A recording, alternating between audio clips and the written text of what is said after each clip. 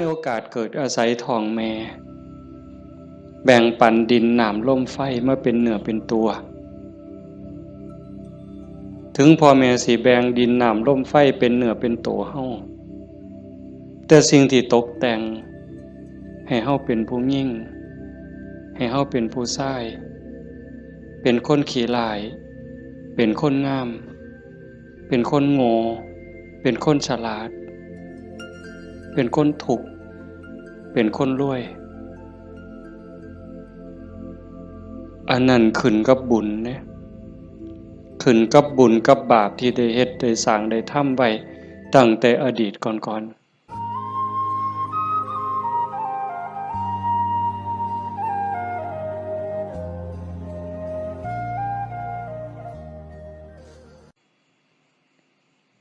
เฮาทั้งหลายจังว่ามีบุญมันมาจากขันธ์แล้วหนีจากนรกพ้นนรกพ้นเปรตพ้นอสุรกายพ้นสัตว์เดรัจฉานได้มาเป็นคนยกระดับจากคนมาเป็นมนุษย์มีศีลมีธรรมเข้าใจในเรื่องเล่าของชีวิตแก้วแหวนเงินทองเฮาก็หาอยู่ประกอบสัมมาอาชีพเลี้ยงปากเลี้ยงท้องเลี้ยงลูกเลี้ยงหลานอยู่2 มื้อ3 มื้อที่เฮามาอยู่ในสวนธรรมเนี่ยขันไปค้าไปขายเด้มันสิได้จักบาทผู้บางคนได้เป็นพันผู้บางคนได้เป็นหมื่นแต่ญาติโยมคิดว่าเอาไว้ซะก่อนแก้วแหวนเงินทองก็มีค่าอยู่มีประโยชน์อยู่แต่มันบ่สู่บุญบ่สู่บุญบ่สู่กุศลบุญกุศลจะเฮ็ดให้เฮาดียิ่งขึ้นไปกว่านี้สูงขึ้นไปกว่านี้บุญเป็นที่เพิงปุญญานิปะละโลกัสสมิงปฏิทาหุนติปานินังเพราะเหตุว่าบุญนั้นเป็นที่พึ่งของสัตว์ทั้งหลายในโลกหน้าพร้อมทั้งโลกต่อไปเพิงได้ตั้งแต่วินาทีนี้ตั้งแต่วินาทีที่เฮ็ดบุญก็เอากายเอาวาจาเอาใจนี่เฮ็ดบาปก็เอากายวาจาใจนี่เฮ็ด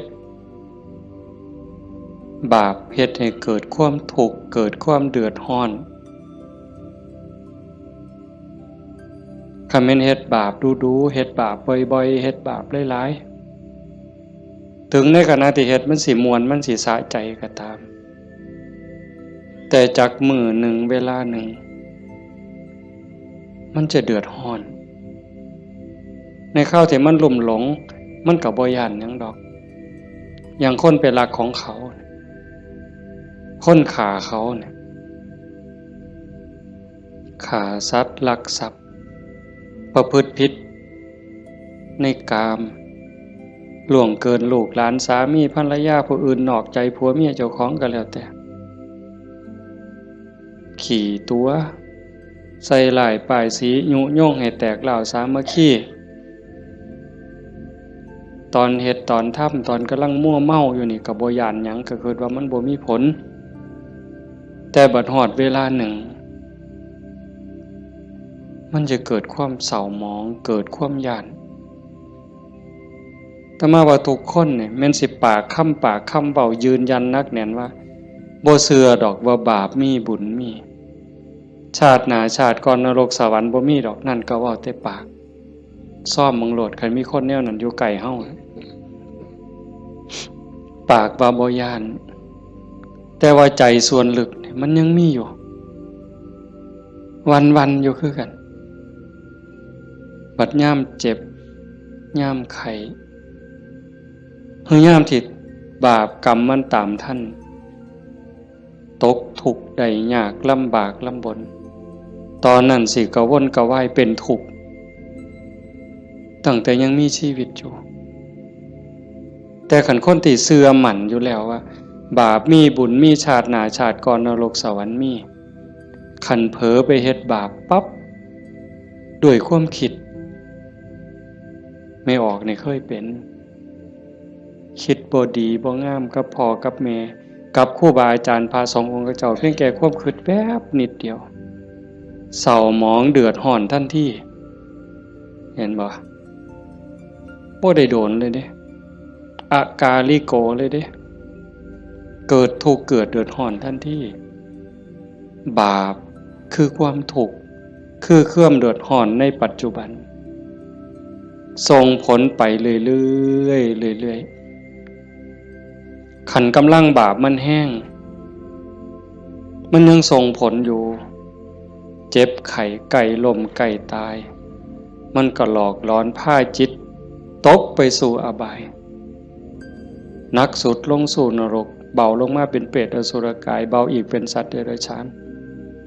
ใส่บาปใส่กรรมอยู่นั่นเบาบางแล้วเมื่อเวลากลับมาเกิดเป็นคนอีกเถื่อเศษบาปตามมาพิการหูหนวกตั้งแต่เกิดผู้บางคนตาบอดตั้งแต่เกิดผู้บางคนอวัยวะบ่สมส่วนผู้บางคนอวัยวะครบคือหมูตีนครบมือครบแข้งขาครบแต่ว่าขี้ร้ายโยมว่ามันถูกซ้ำใดเห็นหมูเขางามเจ้าของก็นั่งเศร้าซองก็โจกงามเลยจะเป็นอุกจะเป็นอังลังเถื่อก็หน้าตาดีดีแต่พิการมันมีแนวเหตุให้กลุ่มใจทุกข์ใจอยู่หั่นบ้านเมืองเขามีมือ10 นิ้วมือ10 นิ้วเจ้าของพันมี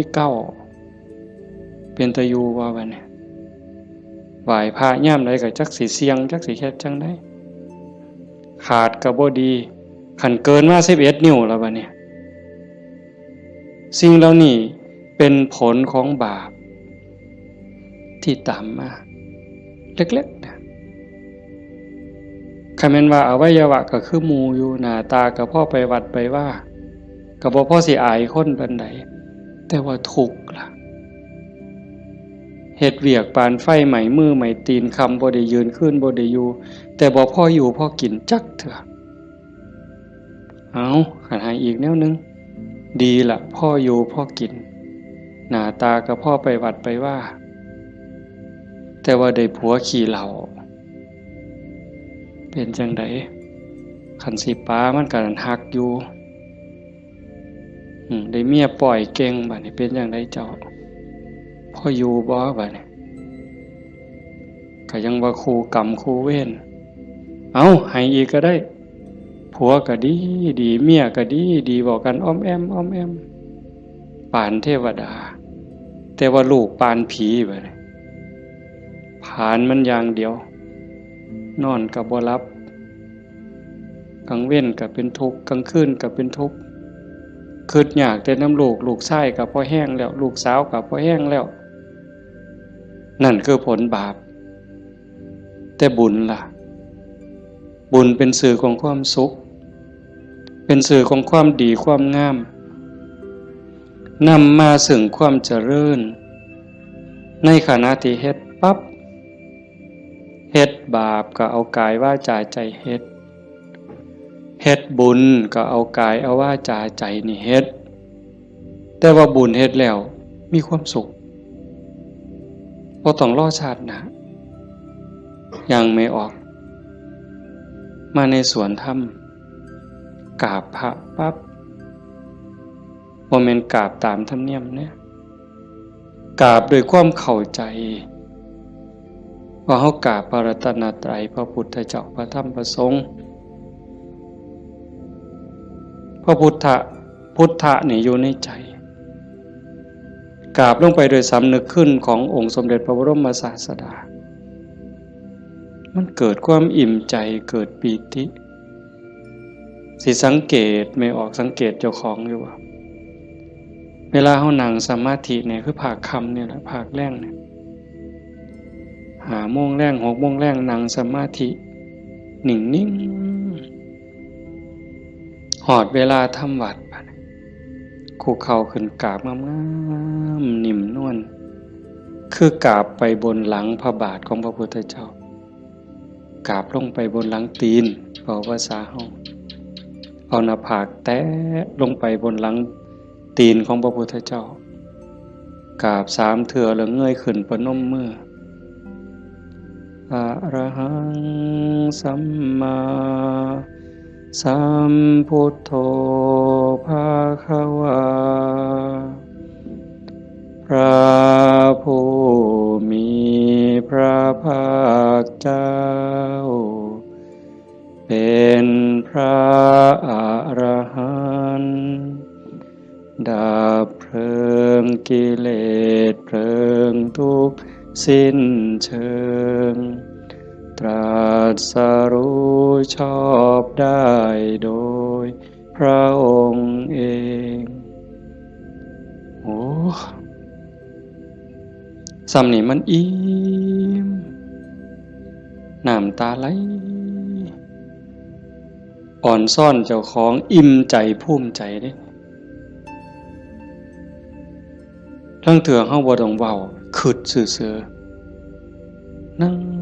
สมาธินิ่งๆทบทวนพระพุทธเจ้าเพิ่นเป็นไผ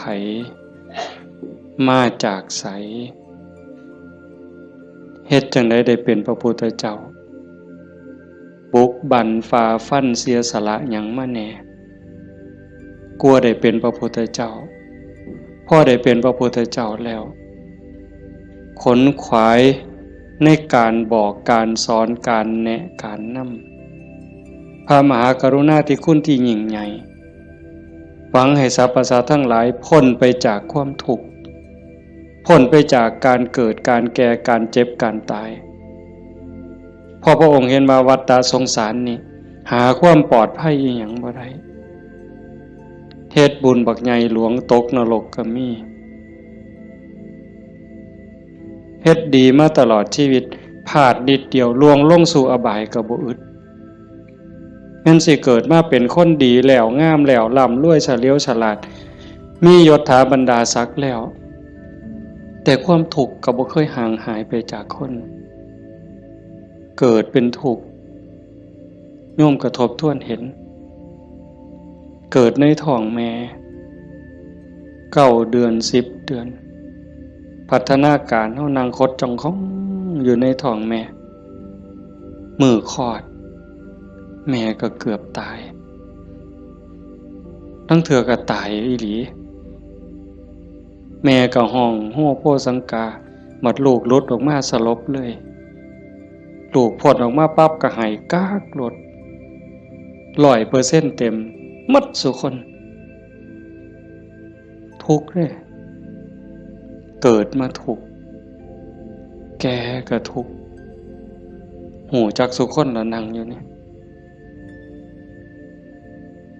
เจ็บแขวเจ็บข้าง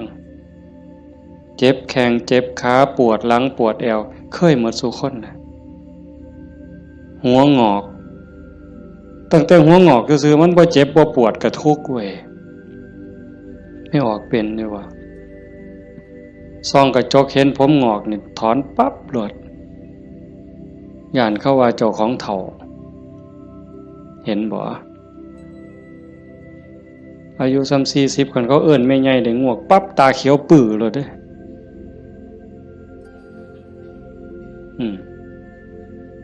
แต่คันอายุ60เขาเอิ้น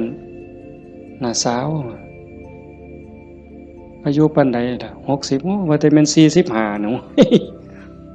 กินฮอดข้าวมันเลยเป็นบ้าเด้นี่ดีใจอ่ะเห็นบ่เฒ่าก็เป็นทุกข์เจ็บก็เป็นทุกข์ตายล่ะคนตายตอนมันตายแล้วมันบ่ทุกข์ดอกร่างกายหั่น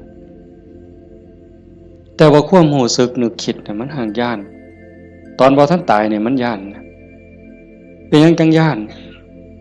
คันคำถามแนวนี้เป็นหยังจังย่านตายบ่มั่นใจในเจ้าของที่จริงกันเฮาเฮ็ดบุญเฮ็ดกุศลสร้างคุณงามความดีไว้เพียงพอ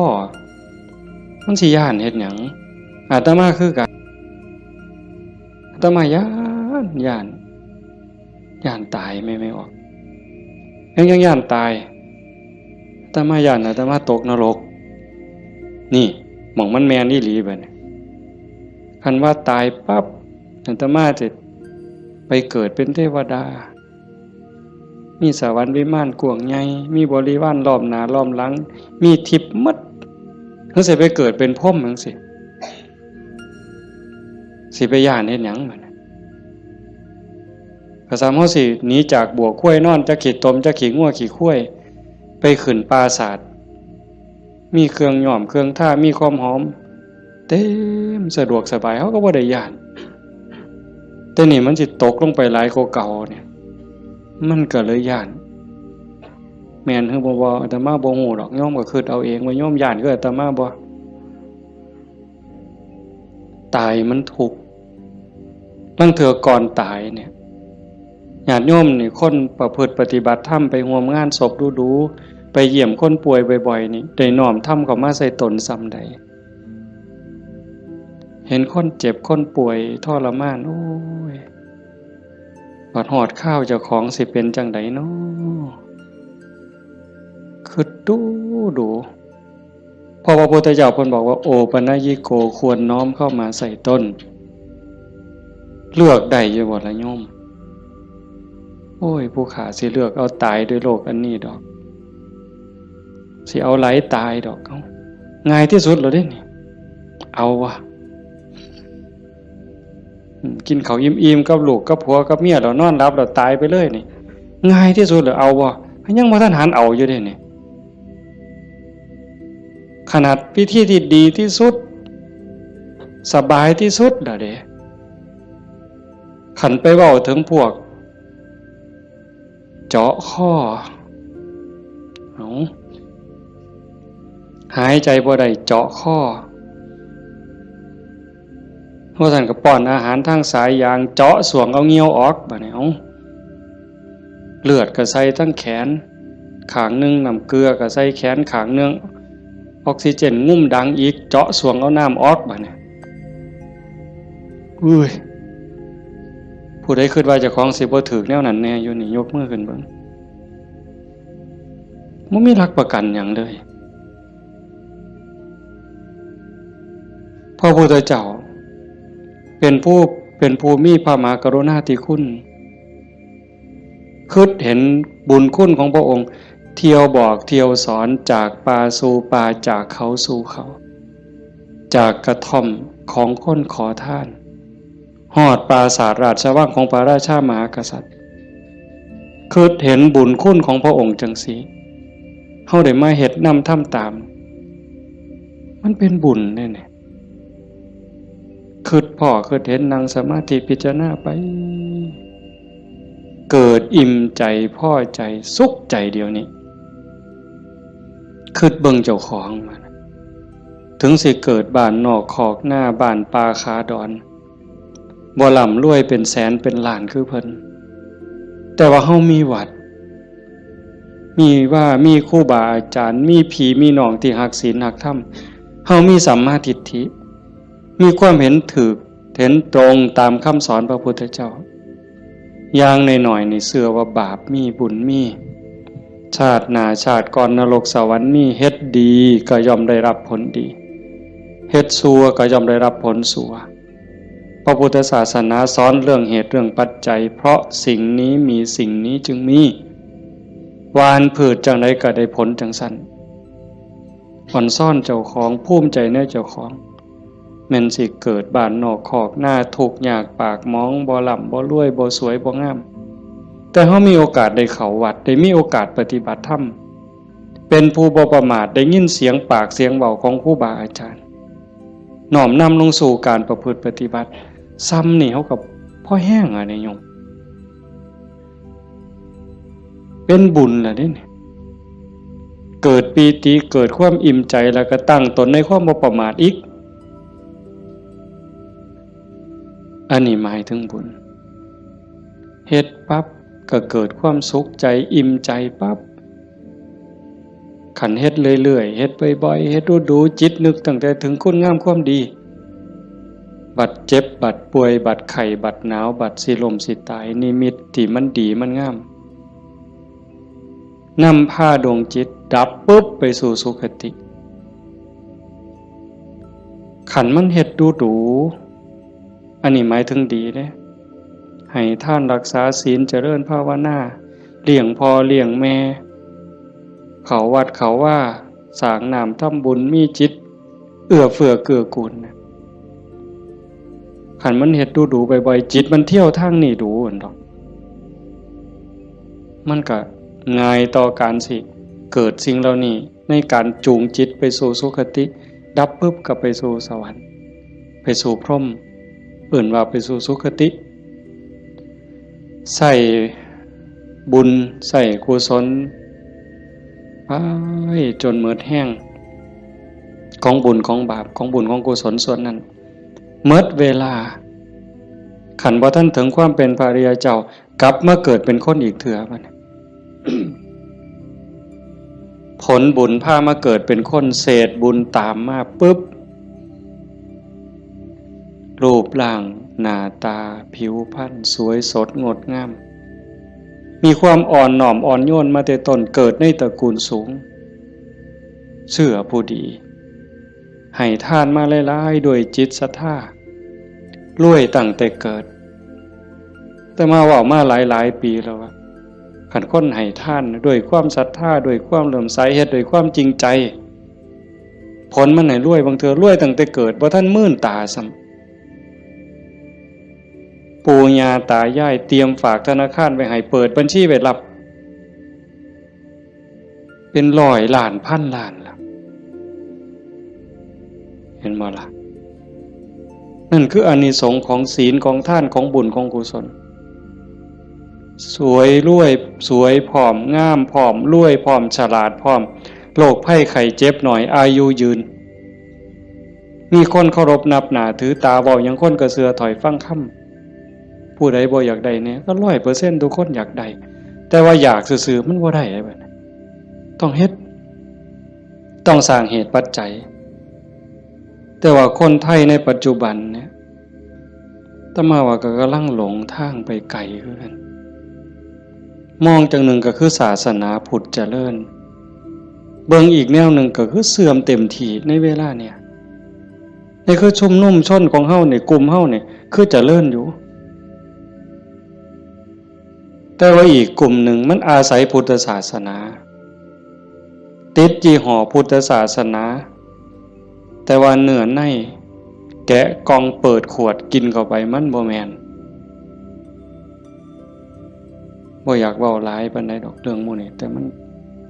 ต้องเถือกับเป็นตะเว้าอ่อนวอนบวงสรวงพิธีกรรมเนี่ยมันออกนอกทางหมดนิยม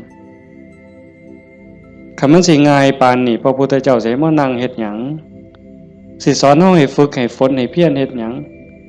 ครูบาอาจารย์หลวงปู่หมั่นหลวงปู่ชาเอาชีวิตเกือบบ่รอด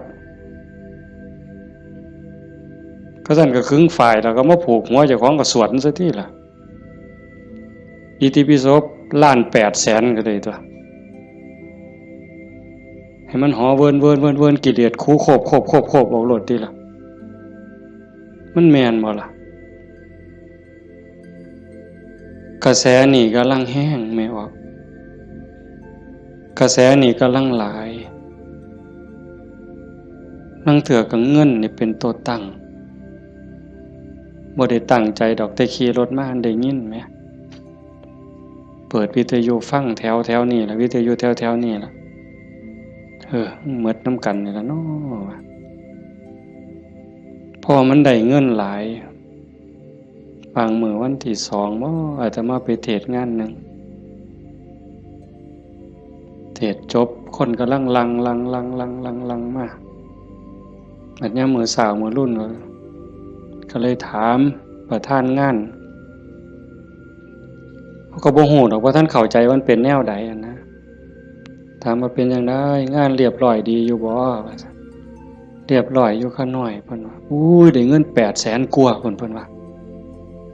สาธุว่ะงานคืนเดียวง่ายๆแจกไม่หีบกันหมดคืนเนี่ย อยากเคาะเมิดไว้ก็ออกแบ่งใหญ่ๆถ้ามาเสือว่าพระพุทธเจ้าบ่สอนแล้วก็บ่ได้พาเฮ็ดแนวนั้นแต่แนวจังซี่นี่ไม่ออกบ่ออกนอกจากเป็นบุญเป็นกุศลเด้เฮามาเฮ็ดในมื้อนี้เวลานี้เด้นอกจากมาสร้างบุญแล้วมาหาที่เพิงสำหรับดวงจิตดวงวิญญาณเจ้าของแล้วชีวิตมันมีกายกับใจอย่างว่าร่างกายประกอบด้วยดินน้ำลมไฟเหมือนเวลามันก็แตกสลายดินขึ้นดินน้ำขึ้นน้ำลมขึ้นลมไฟขึ้นไฟแต่กระแสจิตกระแสใจกระแสวิญญาณเดินทางต่อหอบบุญหอบบาปไปขันดวงจิตดวงใจดวงใดได้รับการพัฒนานอกจากบุญแล้วพัฒนาคือมันเฮ็ดให้เกิดให้มียกระดับเจ้าของสูงขึ้นจากอำนาจการบีบคั้นกดขี่ข่มเหงของกิเลสคือความโลภความโกรธความหลงจิตดวงนั้นเบายิ่งเบายิ่งละเอียดยิ่งสูงใกล้พระพุทธเจ้าไปเรื่อยๆเรื่อยๆเรื่อยๆขันใจต่ำก็หมายความว่ากิเลสถมมันหลายใจสูงกิเลสติดหน่อยขันสูงที่สุดกิเลสเกาะบ่ได้ก็เป็นอิสระจากกิเลสไปเข้ามาเดินจงกรมมานั่งสมาธิสวดมนต์ฟังเทศน์ฟังธรรมก็เพื่อสิซักฟอกจิตใจเจ้าของการฟังธรรมนี่ก็เป็นตนหนึ่งเฮ็ดให้เฮาได้เกิดปีติเกิดความสุขเกิดสมาธิตั้งแต่เกิดความเข้าใจได้ส่องได้ทางยกจิตเจ้าของให้มันสูงยิ่งขึ้นได้เฮาก็เฮ็ดหลายๆอย่างทั้งการฟังทั้งการประพฤติปฏิบัติทั้งการสวดมนต์เฮาทำวัดแปลมันยิ่งเห็นยิ่งเข้าใจอย่าเอาเพียงแค่มวลเอาเพียงแค่ความไพเราะอย่างเดียวเฮาสวดซ่าๆเฮามีโอกาสพินิจพิจารณาถึงความหมายที่เฮากล่าวออกไปแต่ละคำน้อมนึกเห็นพระพุทธเจ้านึกถึงครูบาอาจารย์พระอริยสงฆ์คือจังเพิ่นบอกเพิ่นสอนอ่านไปนำสวดไปนำพิจารณาหาเหตุหาผลหาความหมายนำมันจะได้เข้าใจยิ่งขึ้นคันเฮาคิดจังสี่คือโยมพอออกผู้เป็นเจ้าภาพเป็นตะเงิดคนอีหลีเด้อาตมาเห็นอาจจะเห็นมาหลายแต่จื้อได้นี่เป็นรายที่สองผู้หนึ่งโยมเพื่อสังขะจังหวัดสุรินทร์เฮ็ดแรกๆเนี่ย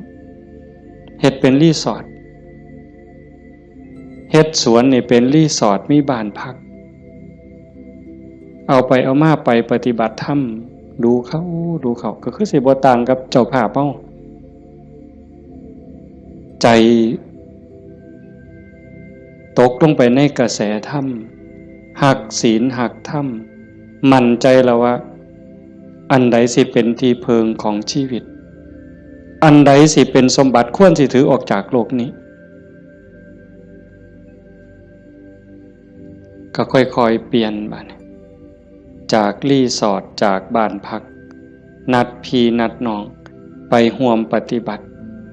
จากกลุ่มก่อนเล็กๆจัดประกาศงานบักใหญ่มีงานปฏิบัติธรรมมาหลายปีตั้งสถานีวิทยุคือกันเลย2 ปีที่ผ่านมาหลังเนี่ยจัดงานปริวาสโยมได้ไหนไม่ออกได้ไหนเอาสวนเจ้าของจัดเป็นงานปฏิบัติธรรมนิมนต์พระมาเขาอยู่ปริวาสกรรมญาติโยมไม่ออกชาวบ้านกับมาร่วมปฏิบัตินำกับพ่อๆกันนี่แหละครับเฮาแต่เพิ่นก็มีพระเสริมเข้ามานี่คือมั่นใจแล้วว่าสิ่งที่สิถือออกจากโลกนี้นอกจากบุญกุศลคุณงามความดียังมีโอกาสได้คัดเกลาจิตใจยกระดับจิตวิญญาณเจ้าของให้สูงขึ้นให้มันสูงขึ้นจากอำนาจของความโลภความโกรธความหลง ความอิจฉาริษยาอาฆาตพยาบาทจองเวรหน่อยเนื้อต่ำใจบุญยังบ่ท่านปลอดภัยปานใดเลยดีอยู่แต่บ่ท่านปลอดภัยเพราะว่าคำสอนของศาสนาญาติโยมก็ได้ยินอยู่แล้วหลายๆมื้อเฮาก็ทำวัดอยู่ประจำละชั่วประพฤติดีเห็นบ่ละชั่วประพฤติดีทำจิตให้บริสุทธิ์ตัวจิตบริสุทธิ์นี่จึงเป็นพุทธศาสนาละชั่วมาเฮ็ดดีนี่มันยังบ่ทันฮอดพุทธศาสนาแต่มันเป็นหลักษากลของโลกของจักรวาลผู้ใดเขาก็สอนกันแบบนี้เนี่ยโยมก็ลองพิจารณาว่าชีวิตเฮาที่เหลืออยู่เนี่ยเฮาสิเฮ็ดจังได๋จังสิใกล้พระพุทธเจ้าใกล้หลักธรรมเข้าไปที่สุดจากชั่วมาถึงดีจากดีไปถึงว่างจากชั่วมาถึงดีจากดีไปถึงว่างตัวทางสายกลางเนี่ยเฮาเดินจงกรมเฮานั่งสมาธิแน่ๆแล้วว่าเฮานั่งเอาบุญแต่ว่าเหนือกว่านั้นเด้การพัฒนาการยกระดับจิตโยมก็ต้องเบิ่งนำเพราะว่าธรรมะคำสั่งสอนของพระพุทธเจ้ามันปฏิบัติได้บ่จำกัดการสวากขาโตภควตาธัมโมพระธรรมเป็นสิ่งที่พระผู้มีพระภาคเจ้าตรัสไว้ดีแล้วเฮาสวดมนต์ว่าจังซี่ดีนี่หมายความว่าจังได๋ดีก็หมายความว่าบ่ชั่วตอบแบบพี่บ่าเว้าเด้ดีคือบ่ชั่วแต่ในความหมายนั้นดีแล้วหมายความว่าบ่ขาดพระพุทธเจ้าสอนไว้ตรัสไว้บ่ขาดแล้วก็บ่เกินพอดีสำหรับการดับทุกข์สำหรับการสร้างบุญสร้างกุศลสร้างประโยชน์กับส่วนรวมแล้วพอดีสำหรับการดับทุกข์บ่ต้องเติมเข้าไปอีกแล้วก็บ่ต้องเอาออกคำสอนเนี่ยบ่ต้องเอามาเติมคันพวกมาเติมกลายเป็นสัตว์ทำปฏิรูปเป็นของปลอมไปมองศาสนาสิฟั่นเฟื่อนมองเฮาสิหลงทางเสียเวลาของชีวิตเฮ็ดไปก็เสียเงินเปล่าเสียเวลาเปล่านั่นคือมันเป็นสัตว์ทำปฏิรูปเป็นของเกินเป็นของไร้สาระแต่ว่าเติมเข้ามางัดใส่พระโอษฐ์ของพระองค์ว่าอันนี้พระพุทธเจ้าตรัสนี่คือเหตุการณ์หลายๆอย่างอยู่ในเวลานี่ในสังคมชาวพุทธเฮาบ่ขาดแล้วก็บ่เกินสวากขาโตภควตาธัมโมพระธรรมเป็นสิ่งที่พระผู้มีพระภาคเจ้าตรัสไว้ง่ายแล้วนอกจากดีแล้วก็ง่ายนำเพียงจังว่าง่ายเป็นเหมือนกับเปิดของที่ปิด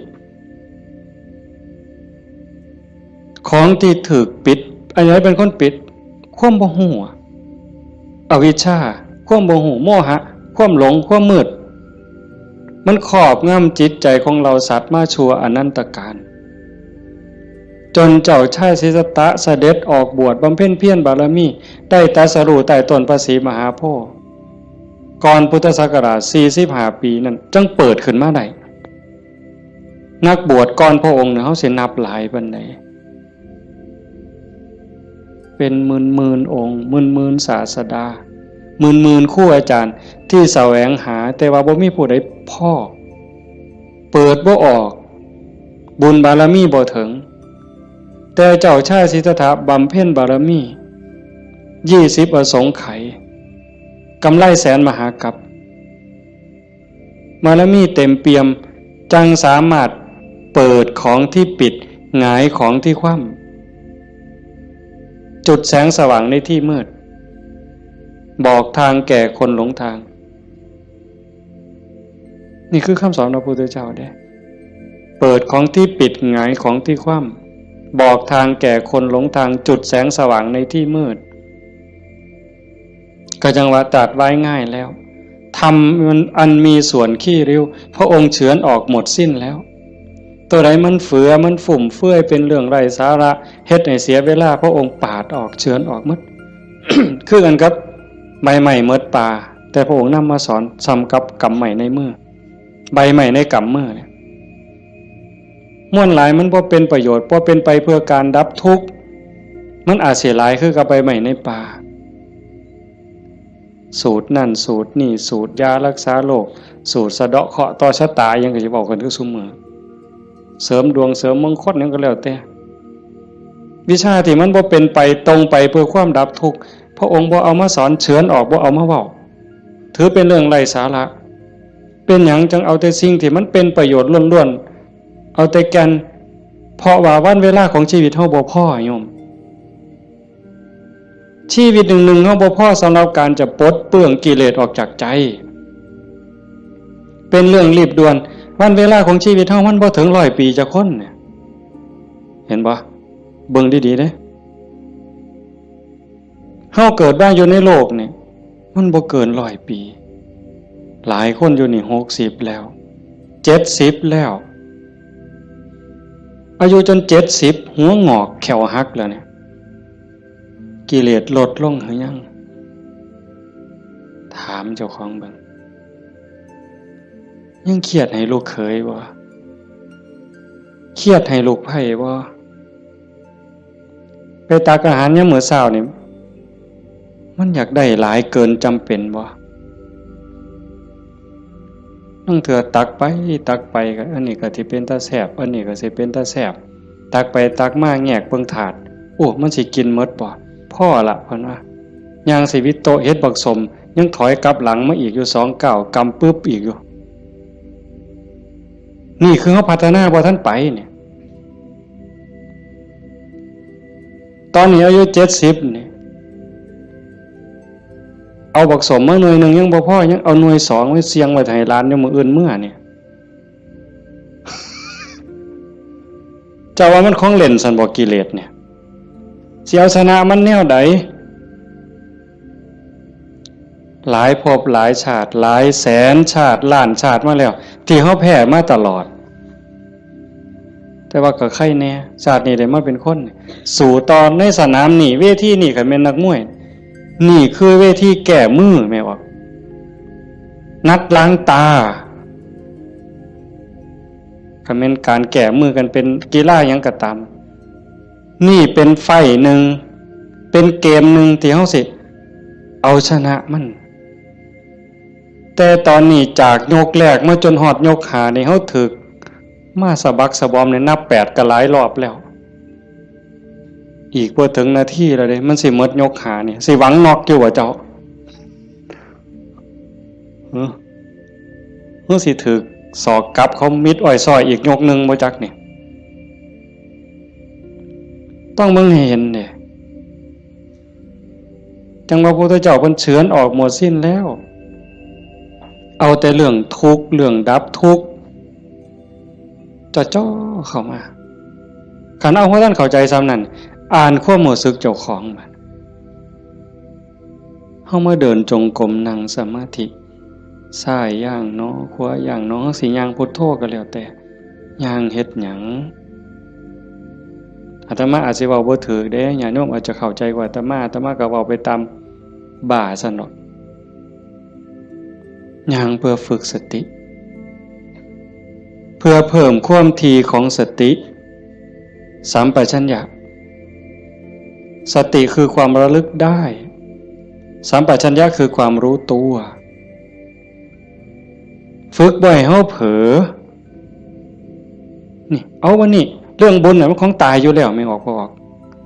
เรื่องบุญน่ะของตายเพียงแค่เฮาตั้งอกตั้งใจมีศรัทธามาเฮ็ดในบุญของตายมันได้อยู่แล้ว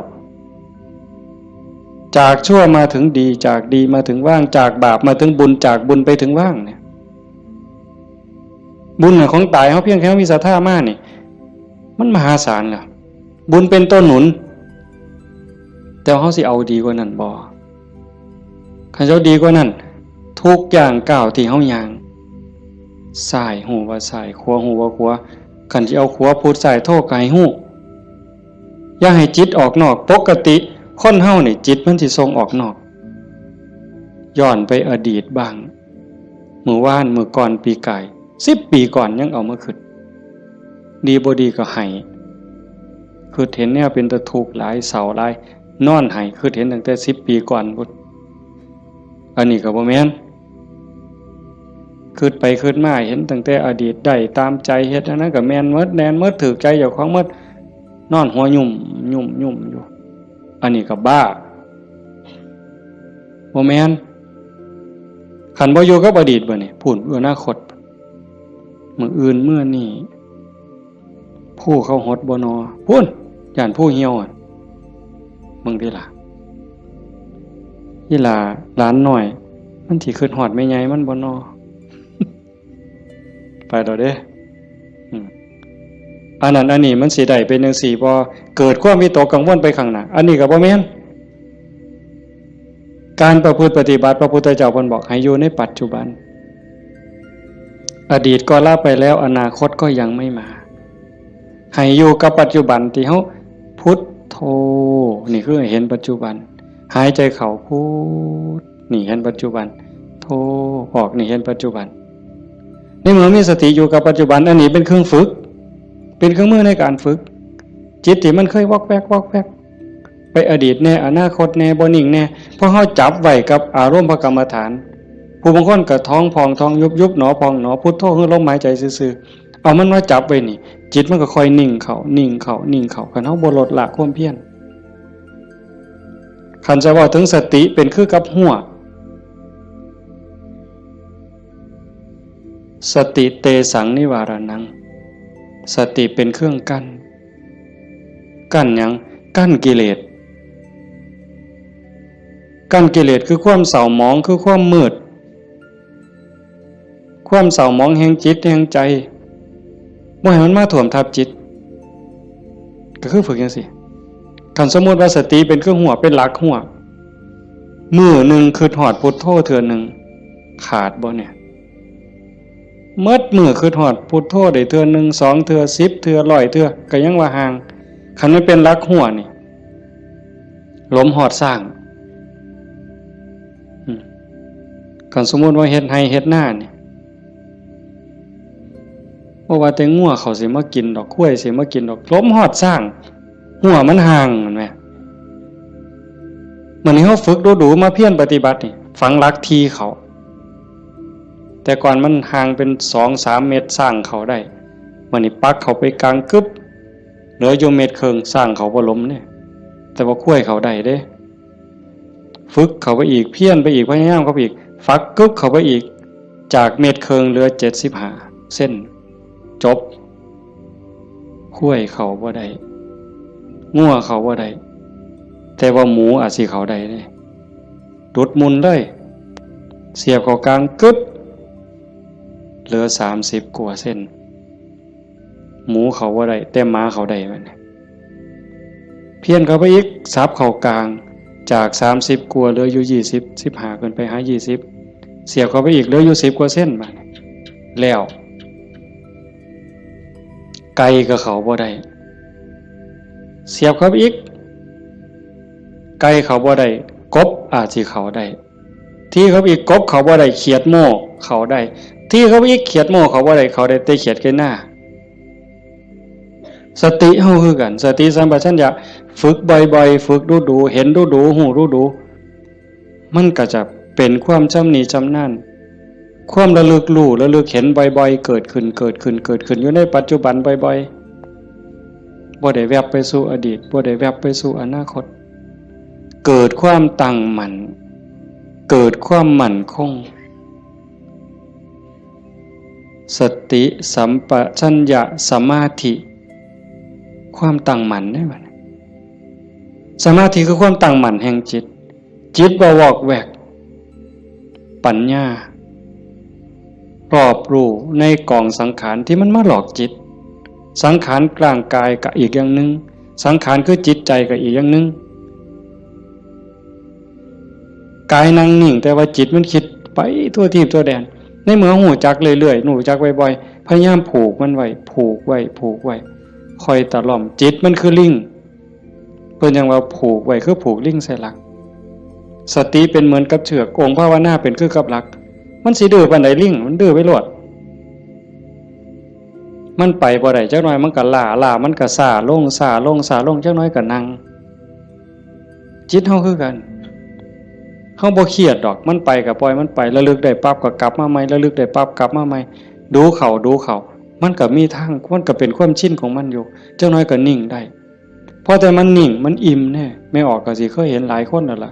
เก่งกว่าแต่มาล่ะนั่งอยู่นี่ซ่อมเบิ่งเนี่ยเกิดความอิ่มใจสุขใจคันเฮ็ดดูบ่อยๆอย่างเฮาเบิ่งท้องพองท้องยุบเห็นคักๆขณะที่ท้องพองขึ้นปุ๊บทอเส้นผมปุ๊บขึ้นมาก็เห็นยุบลงปุ๊บทอเส้นผมนี่ก็เห็นหายใจเข้าหายใจออกคือกันในนี่มันก็มีการเกิดดับเห็นอยู่ในเมื่อนี้ทั้งสัตว์ปั๊บเกิดปีติเกิดความสุขเกิดอิ่มใจอันนี้เล็กๆดอกของเล่นน้อยๆขนาดบางเถื่อเฮาเฮ็ดดูบ่อยๆจนได้หูจักมันแน่แล้วบัดเกิดมื้อนึงเวลานึงเฮามีเรื่องต้องคิดต้องอ่านมันหนหูหนหวยกัดกลุ่มกระวนกระวายคิดพอปั๊บคิดฮอดกรรมฐานหายใจเข้าดึงลมหายใจเข้าหายใจยาวๆบึ๊บหายใจออกบึ๊บเย็นว่าขนลุกวืบโล่งอันนี้ก็มีก็เป็นบอนพักอีกอันนึงคันเฮ็ดจังสี่ดูบ่อยๆเฮาสิเล่นจังไดกับมันก็ได้ไม่ออกเคยเบิ่งความคิดเจ้าของบ่นั่งเบิ่งซื่อๆเนี่ยหลังจากเบิ่งลมหายใจเข้าหายใจออกพอสมควรบัดเวลานึงเฮาอยากเล่นกับความคิดตั้งสตินั่งจังสี่ปั๊บก็หลับตาเบิ่งรูปเจ้าของนั่งหลังจากนั้นก็ย้อนเข้ามาทางในเบิ่งจิตที่มันนิ่งอยู่ธรรมชาติจิตมันนิ่งมันว่างมันสว่างเป็นประภัสสรแต่กิเลส ความโลภความโกรธความหลงนั้นมันเป็นแขกมาเยี่ยมมาเยือนชั่วคู่ชั่วข้าวเยี่ยมแล้วก็ไปเยี่ยมแล้วก็ไปแต่ว่าเฮาขาดสติบ่นี่มันเยี่ยมตลอดเวลา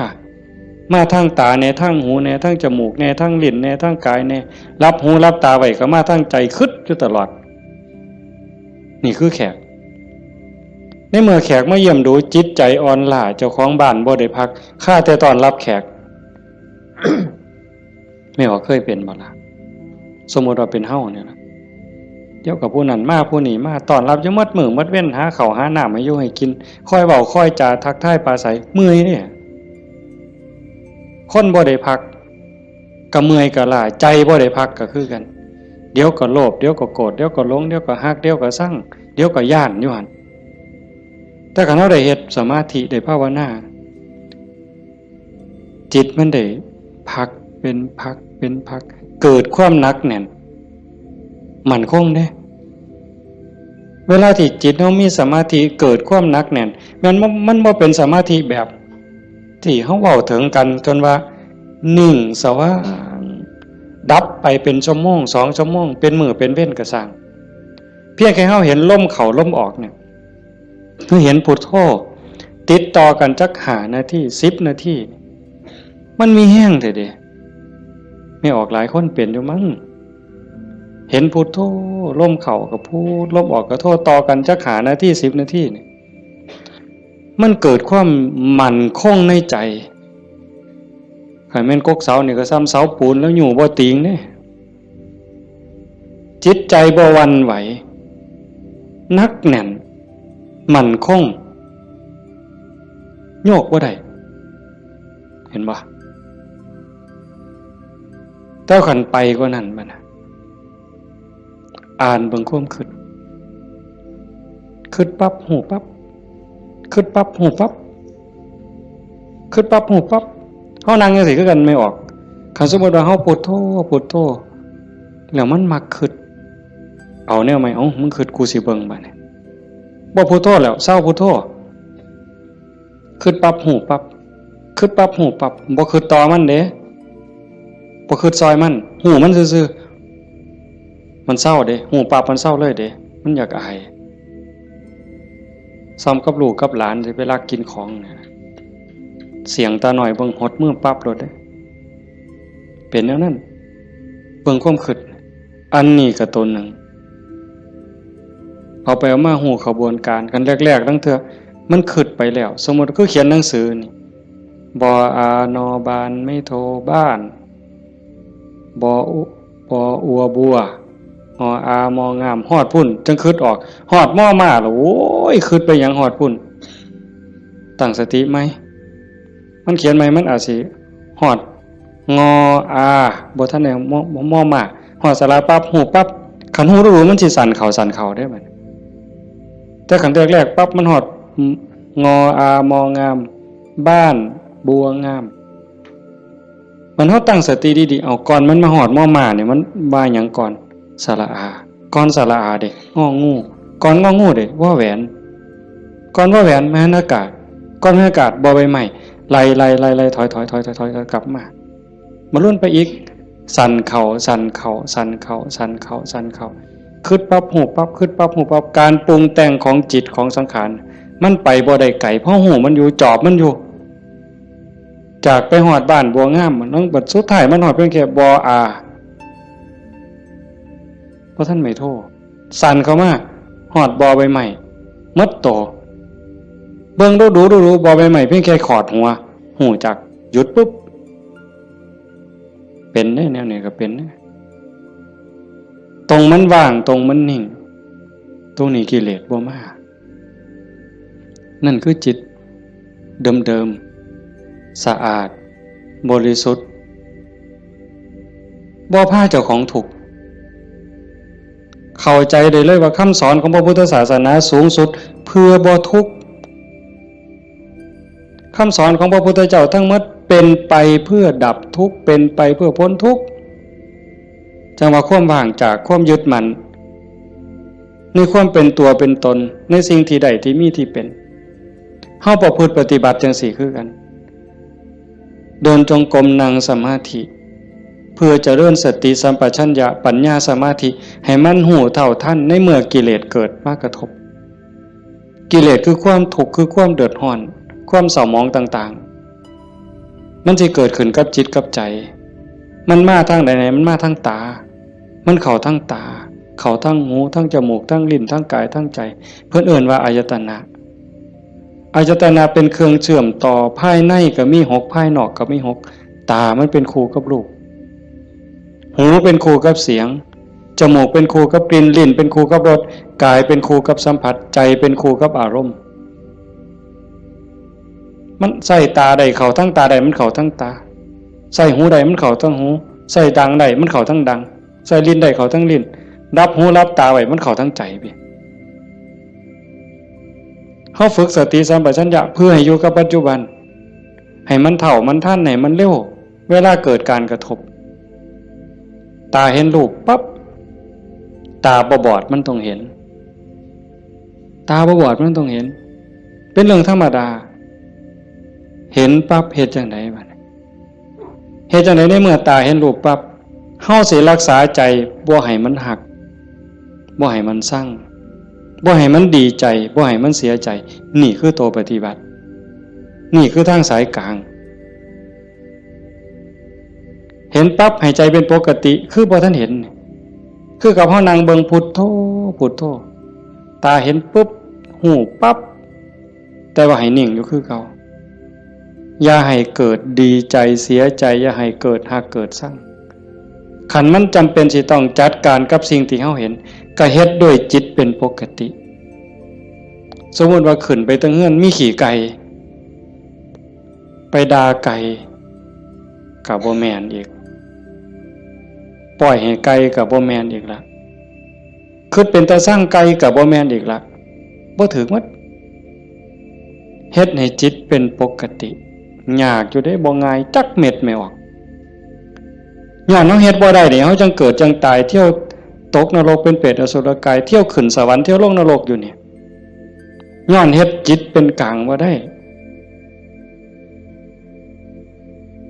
เห็นขี่ไก่ก็สิไปสั่งไปด่าไก่แต่คันเห็นเงินแบ่งพันถิ่มอยู่เป็นจังได๋บัดมันสิว่าดีใจที่ละว่าติ อันนี้ก็บ่ถึก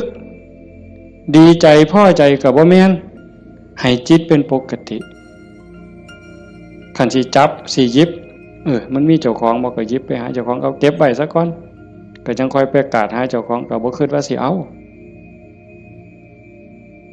จังสี่คือกันคันบ่มาทางตาล่ะมันมาทางหูบัดนี้สมมุติว่าเขาด่าปุ๊บได้ยินเสียงด่ามาเฮ็ดจังได๋สิเฮ็ดใจเป็นปกติบ่เสียใจบ่น้อยใจคันพวกเพิ่นปฏิบัติเนาะเพิ่นจังว่าได้ยินเนาะเอาสติไว้ที่หูเกิดขึ้นที่หูก็ดับลงที่หูได้ยินเนาะบ่ให้ราคามันเถาะบ่ให้ราคาเลยบ่ดีใจนำบ่เสียใจนำเสียงกะสักว่าเสียงบ่แม่นสัตว์บุคคลตัวตนเล่าเขาเว้าง่ายแต่ว่าเฮ็ดยากที่สุดก็ย้อนว่าฝึกบ่ทันพ่อคันผู้ฝึกได้แล้วก็เย็นคือเก่าเด้คือหลวงปู่ชาเพิ่นว่าผู้ที่ฝึกบ่ทันได้คือบ่ทันเข้าใจคนด่าย่างไปเสาก็ด่าไปยามแล้งก็ด่าเห็นยามใดด่ายามนั้นก็ไปเครียดให้มันเป็นยังด่ากูเพิ่นว่าหมัดมือนึงเขาว่าอย่าไปหัวซ่ามาเด้อผู้บรรดาคนเนี่ยเป็นบ้าตัวเศร้าเครียดเศร้าสั่งนั่นคือจิตเป็นกลางแล้วกลับคืนสู่ฐานเดิมของมันคันเขาให้เขาด่าเขาจมให้เฮาบ่ฮู้ท่านว่างจิตบ่เป็นก็ไปเครียดไปขมหาทางตอบแทนสิเอาขึ้นจองกรรมจองเวรไว้แต่ขันทาย่องแล้วบัดเนี่ยเป็นจังไดบัดแต่คำย่องคำย่อมากเฮาก็ดีใจก็บวกฟู่ขึ้นบ่ถือคือเก่าเสียใจก็บ่ถือดีใจก็บ่ถือแต่ให้จิตเป็นกลางๆนี่คือขอปฏิบัติ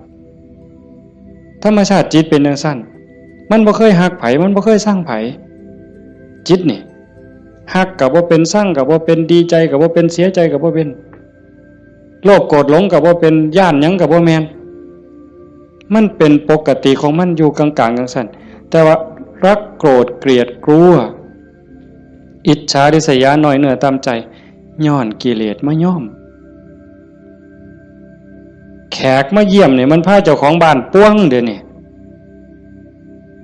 ก็ซ้ำกับเฮาอยู่เฮือนธรรมดานี่แล้วเคยเห็นอยู่ตัวบางปีใหม่นี่ลูกหลานเฮาอยู่เฮือนธรรมดากับพ่ออยู่บัดหมู่มาชวนกินเหล้ามันก็เมาอยู่เฮือนเฮาหั่นแหล้วเป็นจังได๋ซั่นพาเจ้าของบ้านป้วงเลย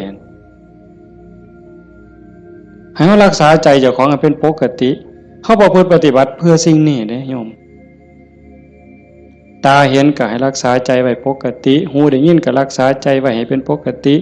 จมูกได้กลิ่นหอมเหม็นก็ปกติ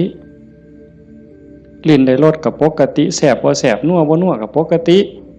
คันมันสิเติมก็เติมไปที่ละน้ำปลานั่นสิเติมเกลือก็เติมไปที่แต่อย่าไปคิดสร้างแม่ครัวอย่าไปจมให้เขา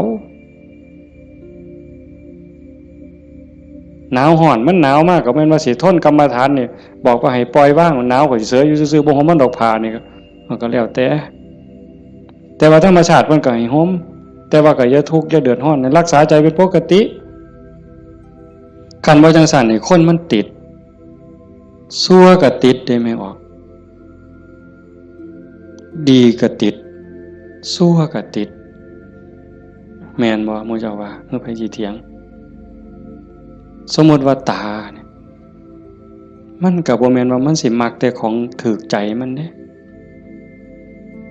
มันได้สิถูกตาแล้วมักเบิ่งได้สมมุติว่าเห็นผู้สาวเห็นผู้บ่าวเห็นคนงามที่เฮาพอใจบ่แม่นเฮาสิเบิ่งแต่คนที่เฮาพอใจเด้เขาเดียวก็เหลียวเบิ่งก็ดีใจโอ้ยงามเนาะโอ้ยพอใจเนาะบ่แม่นแต่จังซั่นอันคนผู้เฮาสร้างนี่ไม่ออกเคยเป็นบ่โอ้ยจะแม่นกูสร้างปานตาสิแตกเพิ่นว่าสร้างปานตาสิแตกแต่ว่าแม่นเบิ่งบ่เศร้าเนี่ยเอ้าเคยเป็นบ่หมู่เจ้าบ้าหือดีซั่นคำนั้นเป็นตาสร้างกูบ่อยากเห็นก็อย่าไปเบิ่งอีกติล่ะเพียงจังเบิ่งบ่เศร้าซั่นเห็นบ่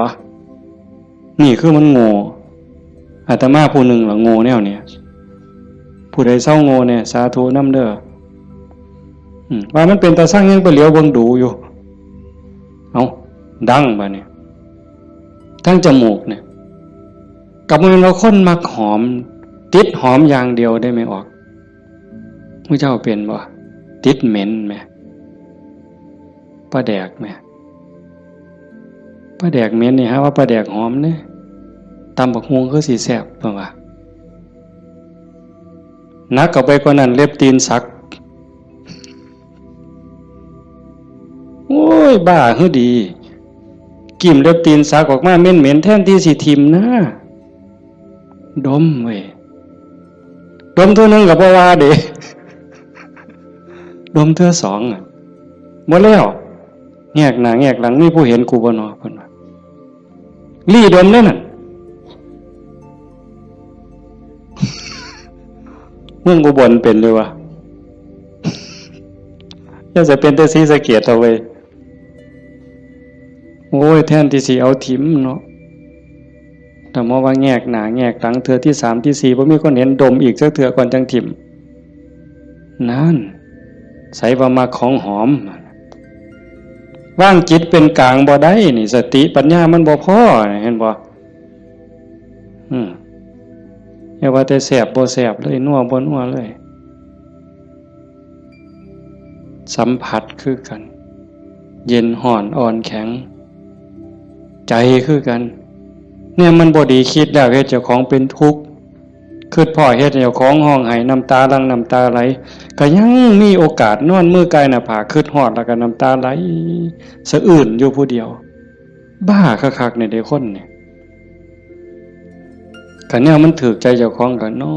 นคิดเห็นแล้วก็หัวยุ่มอยู่ผู้เดียวพลิกไปพลิกมาจนเก็บไปฝันแล้วเว้ย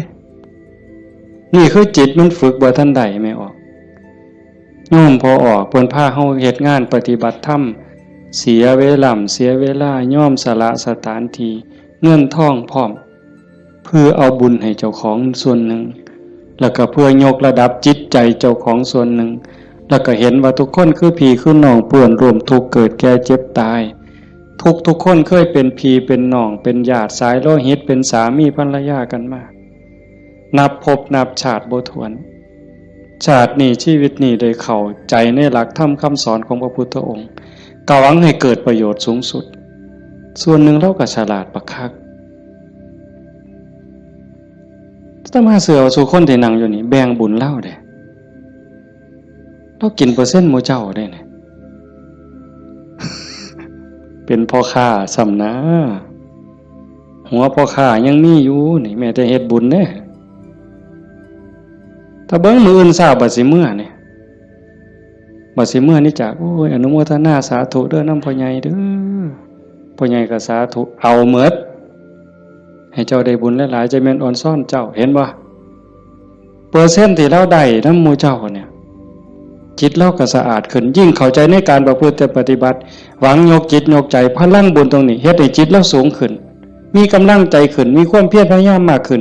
จิตโล่งโปร่งเบามากขึ้นพลังบุญมันส่งนี่คนฉลาดก็เฮ็ดแนวนี้คันคนบ่ฉลาดเด้มีที่มีสวนจังซี่สถานที่ดีๆจังซี่ชวนหมู่มากินเหล้ากระท่อมงามๆมันสินั่งกินเหล้าเบิ่งแสงเดือนแสงดาวใจมันสิอ่อนซ่อนคักแล้วไปอีกคนละแนวแต่คนมีปัญญาเฮ็ดอีกแบบนั่นว่าการประพฤติปฏิบัติเป้าหมายสูงสุดก็คือขนกิเลสออกจากใจความโลภความโกรธความหลงความหักความชั่งความเกลียดความกลัวอิจฉาริษยาอาฆาตพยาบาทจองเวรน้อยเนื้อต่ำใจโยมสังเกตใจเจ้าของให้มันเห็นขันบ่เห็นตรงนี้ก็งมอีกโดนเติบได้กิเลสมันเกิดอยู่ใจเนี่ยคุณธรรมก็เกิดอยู่ใจเนี่ยนรกก็อยู่ใจสวรรค์ก็อยู่ใจเนี่ยเฮาสิให้อีหยังเกิดมันเกิดได้เทื่อละอย่างไม่ออกความโลภความโกรธความหลงอิจฉาริษยาอาฆาตพยาบาทจองเวรน้อยเนื้อต่ำใจหักสั่งเกิดในใจเขาเกิดได้เทื่อละอย่างซ้ำกับตะเว้นขึ้นแจ้งมืดจักไปใสเหมือนยังตะเว้นตกดินความมืดจักมาแต่ใสความแจ้งจักไปใส ย่ำเฮาดีใจนี่ความเสียใจจักไปใส่มิดอ้อยซอยย่ำเฮาสร้างขึ้นมาหักกับมดอ้อยซอยผัวเจ้าของนี่แล้วเคยเปลี่ยนบ่ผัวเจ้าของเมียเจ้าของนี่ฮักปานสิกลืนกินแพงกับแพงแต่บัดย่ำสร้างมาแล้วบ่โธ่หักจักไปใส่จนขากันตายแล้วเว้ยเห็นบ่อยู่น้ำกันจังสิบัดเป็นตาหักเกินมากกับเป็นตาหักบัดเป็นตาสั่งกับเป็นตาสั่งจังว่าใจเฮามันได้เกิดขึ้นได้เทื่อละอย่างเทื่อละอย่างแล้วเฮาใส่อีหยังเกิดขึ้นกับใจเฮาบัดนี้ผู้มีธรรมก็อยากให้ความดีเกิดความดีใจความภูมิใจจิตที่มีเมตตาต่อกันหวังดีต่อกันอนุโมทนายินดีนำในเมื่อผู้อื่นเขาได้ดียามเมื่อคนอื่นเขาทุกข์ยากลำบากซอยเหลือบ่ได้ก็ให้มีอุเบกขาให้ถือว่าเป็นกรรมของสัตว์พอซอยเหลือได้ก็ซอยเหลือคันเฮาจอบเบิ่งจังซี่ใจเฮามีอีหยังเกิดขึ้นปั๊บก็ฮู้จักคืออาตมาบอกตอนกลางๆนั่นว่าคิดปั๊บฮู้ปั๊บคิดปั๊บฮู้ปั๊บอันคือเฮ็ดให้มันว่างแต่คันเฮาจอบเบิ่งมันมีอีหยังเกิดขึ้นก็ฮู้ให้มันเป็นเรื่องบ่ดีบ่งามก็บ่ทรงบ่บวกบ่ทรงมันต่อบ่ร่วมคิดกับมันบ่ร่วมขบวนการกับมันเฮาจะเห็นซ่อมเบิ่งกันจากฮู้ว่าเจ้าของเป็นคนแนวใดก็จอบเบิ่งใจเจ้าของนี่เป็นคนขี้อิจฉาบ่เป็นคนขี้โลภบ่เป็นคนขี้โกรธบ่เป็นคนขี้น้อยใจบ่ญาติโยมต้องซ่อมเจ้าของได้บัดนี้ผู้เฮ็ดมาแล้วก็สาธุผู้บ่ทันเคยเฮ็ดก็ลองสังเกตเวลามันบ่พอโยมประเด็นสุดท้ายสิเว้านำเนี่ยเวลาของชีวิตเฮาเหลือน้อยผู้บางคนเข้าวัดมา10 ปี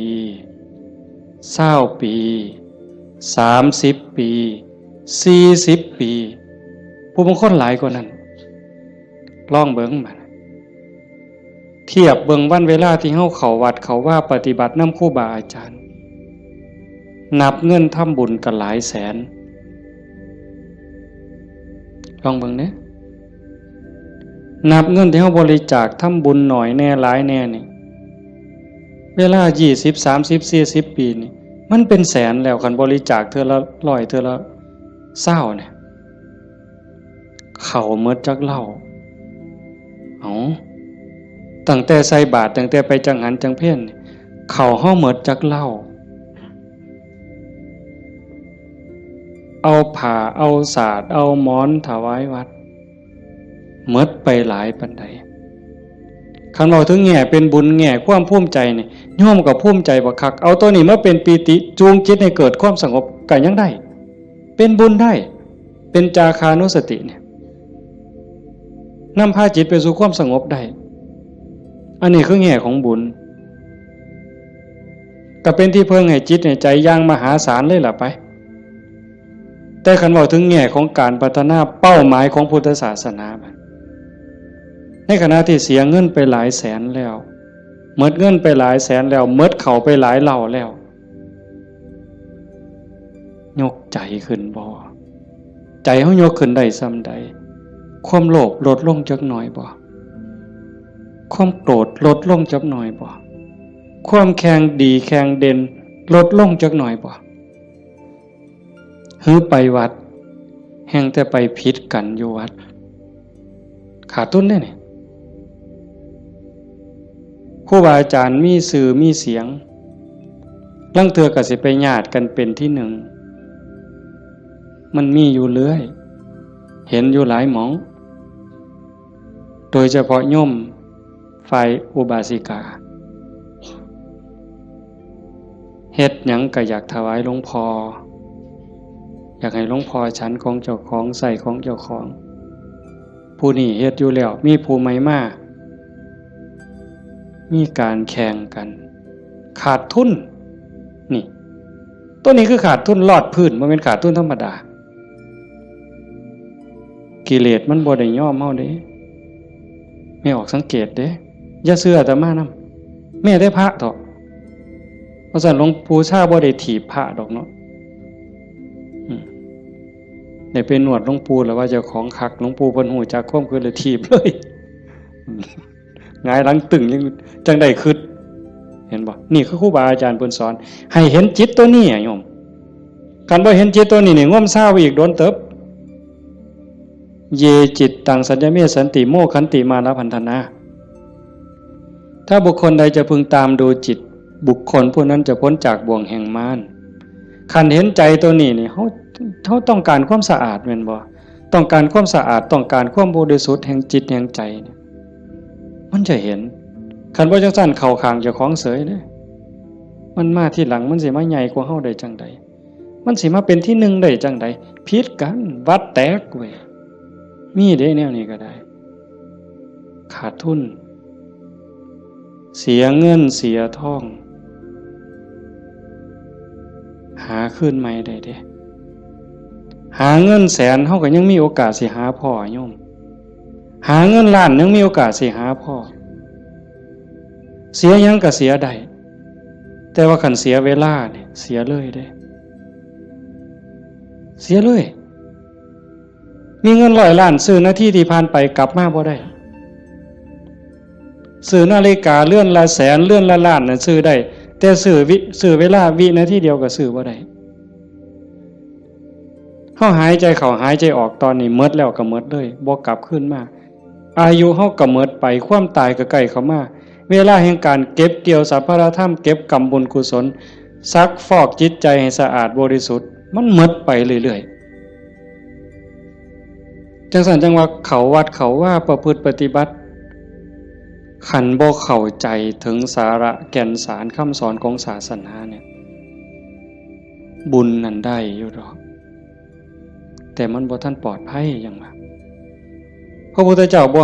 ให้มาติดอยู่ที่บุญแต่เพิ่นให้เฮ็ดบุญให้สร้างบุญให้สร้างหลายๆแต่ว่าให้กายไปอีกสู่ความสะอาดบริสุทธิ์แห่งใจถ้ามันไปบ่ทันฮอดนั้นบ่ปลอดภัยเทวดาก็ตกสวรรค์ได้เห็นบ่จังซั่นจังว่าในเมื่อเฮามาสู่ขบวนการปานนี้โยมพอออกผู้เป็นเจ้าภาพก็ตั้งใจปานนี้เฮ็ดดีมาปานนี้ก้าวขึ้นไปอีกก้าวขึ้นไปนี้ก่อนวันเวลาของชีวิตมันสิหมดให้พยายามเฮ็ดใจให้เป็นกลางๆหูได้ยินจมูกได้กลิ่นลิ้นได้รสกายได้สัมผัสก็เฮ็ดใจให้เป็นกลางๆสิปฏิบัติกับสิ่งที่มากระทบจากตาเห็นจากหูได้ยินจากจมูกได้กลิ่นลิ้นได้รสกายสัมผัสก็เฮ็ดด้วยสติอย่าให้รู้สึกว่าหักอย่าให้รู้สึกว่าสั่งอย่าเฮ็ดด้วยความสั่งอย่าเฮ็ดด้วยความดีใจด้วยความเสียใจอย่าเฮ็ดด้วยความหักให้จิตเป็นกลางกันเด้จังสิขันเฮ็ดได้จังสิมันอ่อนซ่อนเจ้าของเด้อาตมาก็เฮ็ดบ่ทันได้ก็ยังพยายามอยู่ก็จังว่าส่วนญาติส่วนโยมเฮ็ดไปพร้อมๆกันคันบ่จังซั่นน่ะมันเสียเวลาเสียดายเจ้าของ30-40 ปีหมดเงินก็หลายแสนหมดข้าวก็หลายเหล่าหมดเวลาในการทำมาหากินเงินที่มาบริจาคข้าวของที่มาทำบุญก็หมดไปแล้วเวลาล่ะคันเอาเวลานั้นที่มาอยู่วัดอยู่ว่ามาสร้างน้ำทำบุญไปหาเงินหาทองมันก็ต้องได้ตื่มกันอีกหลายเติบมันจักเท่าแต่ว่าเฮายอมเสียสิ่งนั้นเพื่อสิแลกเอาสิ่งที่ดีที่สุดสิ่งที่ประเสริฐที่สุดก็คือใจเจ้าของเนี่ยให้ได้ใจที่มีความสงบใจที่มีความร่มเย็นใจที่เต็มเปี่ยมด้วยความเมตตากรุณายินดีมุทิตากับผู้อื่นใจที่เป็นอุเบกขาโตสติความระลึกได้แล้วก็อุเบกขาตัวว่างจิตเป็นกลางจิตที่เฉยเป็นสิ่งที่เฮาควรจะหาให้มันได้หาให้มันพอให้มันเจอก่อนลมหายใจสุดท้ายสิดับลงไม่ออกให้มันพอจิตนี่ก่อนลมหายใจสุดท้ายสิดับลงเพราะนั่นคือพุทธะพุทธะคือความสะอาดจิตที่สะอาดจิตที่สว่างจิตที่สงบ สะอาดจากหักจากสร้างจากดีใจจากเสียใจจากได้จากเสียจากบวกจากลบสว่างสวัยด้วยสติปัญญาหูเท่าท่านตามความเป็นจริงหักก็ตามสร้างก็ตามสรรเสริญนินทาก็ตามลาภยศสรรเสริญก็ตามสว่างตาโดยแสงไฟเพิ่นบอกสว่างใจโดยแสงธรรมบ่ยินดียินร้ายเห็นทุกสิ่งทุกอย่างเกิดขึ้นตั้งอยู่ดับไปอนิจจังทุกขังอนัตตากฎของแต่ละขอบงำสรรพสิ่งอยู่สะอาดสว่างสวัยด้วยสติปัญญาสงบนิ่งจิตใจบ่กระเพื่อมด่ามากกับบ่กระเพื่อมย่องมากกับบ่กระเพื่อมนักแน่นคือกับหินเนี่ยจิตใจของพุทธะเป็นแบบนั้นสะอาดสว่างสงบหูเท่าท่านตื่นจากความลับไหลเบิกบานจากการที่เจ้าของบ่มีโทษตรงนี้เป็นวิชาการของพุทธศาสนาเป็นหลักที่ชาวพุทธต้องปฏิบัติอันสิไปอ่อนว่อนบวงสรวงสวดแล้วก็ขอสวดแล้วก็ขอขันมันได้ซ้ำนั้นมันก็สิดีอยู่ขันมันได้พระพุทธเจ้าก็พาเฮ็ดแต่ตรงนี้ที่พระพุทธองค์เพิ่นสอนสลบจักเทื่อกลัวสิเป็นพระพุทธเจ้าหลวงปู่ชาลำบากปานใดอาตมาเคยอ่านพอเนาะว่าสิขึ้นไปอยู่เทิงภูว่าบ่อยากยุ่งบ่อยากยากนำการมาหาบิณฑบาตไปอยู่เทิงภูก็ว่าสิเหี่ยวกินพุ่นเนาะเหี่ยวฉันพุ่นเนาะฝึกซ้อมจนปานนั้นบัดเป็นไข้เป็นหนาวไปอยู่กลางป่าก็บ่อยากให้ผู้พี่น้องยากนำก็ซ้อมมันสิใจขาดยามใดสิจูดไปสุดที่ถิ่มเพิ่นว่าบ่ได้ยินเสียงกวงห้องหลวงปู่เพิ่นปัญญาหลายดีเนาะอาตมาก็จังได๋ดอกมื้อนึงไปอยู่อยู่วัดวัง 2-3 มื้อนั่นล่ะก็เปิดวิทยุฟังหลวงปู่เพิ่นเทศน์อาตมาก็หัวอยู่ผู้เดียวจุจ่อๆสั่นๆนี่คำสอนหลวงปู่ซ่าอยู่กับเจ้าของนี่อยู่หูดังนี่เนาะอยู่กับขนตานี่ทักงุ่มจ่อๆธรรมะนี่โอ้จะเป็นปัญญาคักๆเพิ่นยังว่าโอปนัญญิโกเป็นสิ่งที่ควรน้อมเข้ามาใส่ตนมันบ่อยู่ไสไม่ออกคันเวลามันสิเข้าใจมันสิฮู้เล็กๆน้อยๆนี่ดอกมันหูในเจ้าของมันเห็นในเจ้าของนี่โอปนัญญิโกเป็นสิ่งที่ควรน้อมเข้ามาใส่ตนคันน้อมเข้ามาใส่ตนนั่นเป็นคำสอนของพระพุทธเจ้าคันน้อมออกไปจักแม่นคำสอนไผบัดนี้คันไปอ่อนว่อนบวงสรวงเทวบุตรเทวดาอินพรหมยมยักษ์พระเจ้าทั้งหลายนี่แล้วโลดแต่ว่าอาศัยการประพฤติปฏิบัติจังว่าการฟังเทศน์ฟังธรรมให้เป็นไปเพื่อความศรัทธาความเหลื่อมใสศรัทธาปาสาทะวิริยะความภาคเพียรพระพุทธศาสนาเพิ่นสอนเรื่องความภาคเพียรวิริเยนะทุกขมัจเจติเฮาสิล่วงทุกข์ได้ก็ย้อนความเพียรพยายามของเฮาเองผู้อื่นเฮ็ดให้บ่ได้คันเฮ็ดให้ได้มีผู้วิเศษผู้ศักดิ์สิทธิ์ครูบาอาจารย์เป่าให้เสกให้ผู้ใดสิเกินพระพุทธเจ้าพระออกว่าไผสิเกินพระพุทธเจ้าในโลกในจักรวาลเนี่ย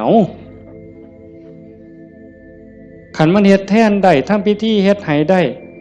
พระพุทธเจ้าเฮ็ดให้หมดเมื่อเช้าย่างบิณฑบาตหัวแต่ว่ามันก็หาเรื่องอยู่เลยปีชงเพิ่นว่าปีนี้ปีชงหยังชงกาแฟ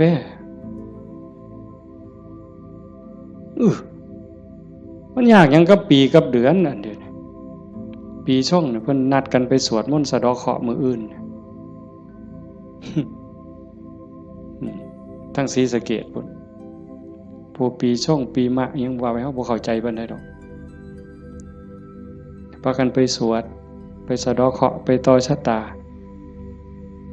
ไผสิเกินพระพุทธเจ้าก็ลองเบิ่ง ขันมันเป็นจังสันมันเฮ็ดจังสันพระพุทธเจ้าเฮ็ดมื้ออันไม่ออกมาเฮ็ดนี่ก็ต้องเฮ็ดให้เจ้าของ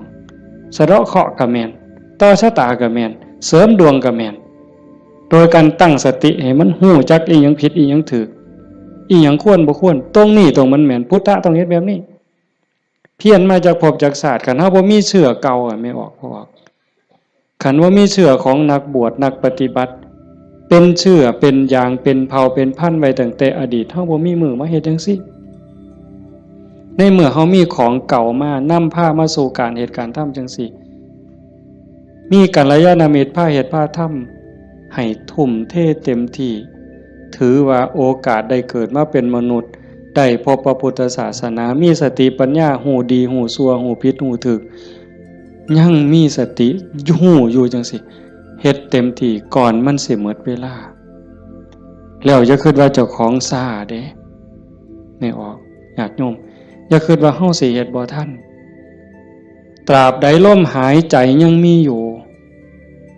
สติสัมปชัญญะยังหูผิดหูถูกเพิ่นว่าเฮามีโอกาสจนลมหายใจสุดท้ายจนลมหายใจสุดท้าย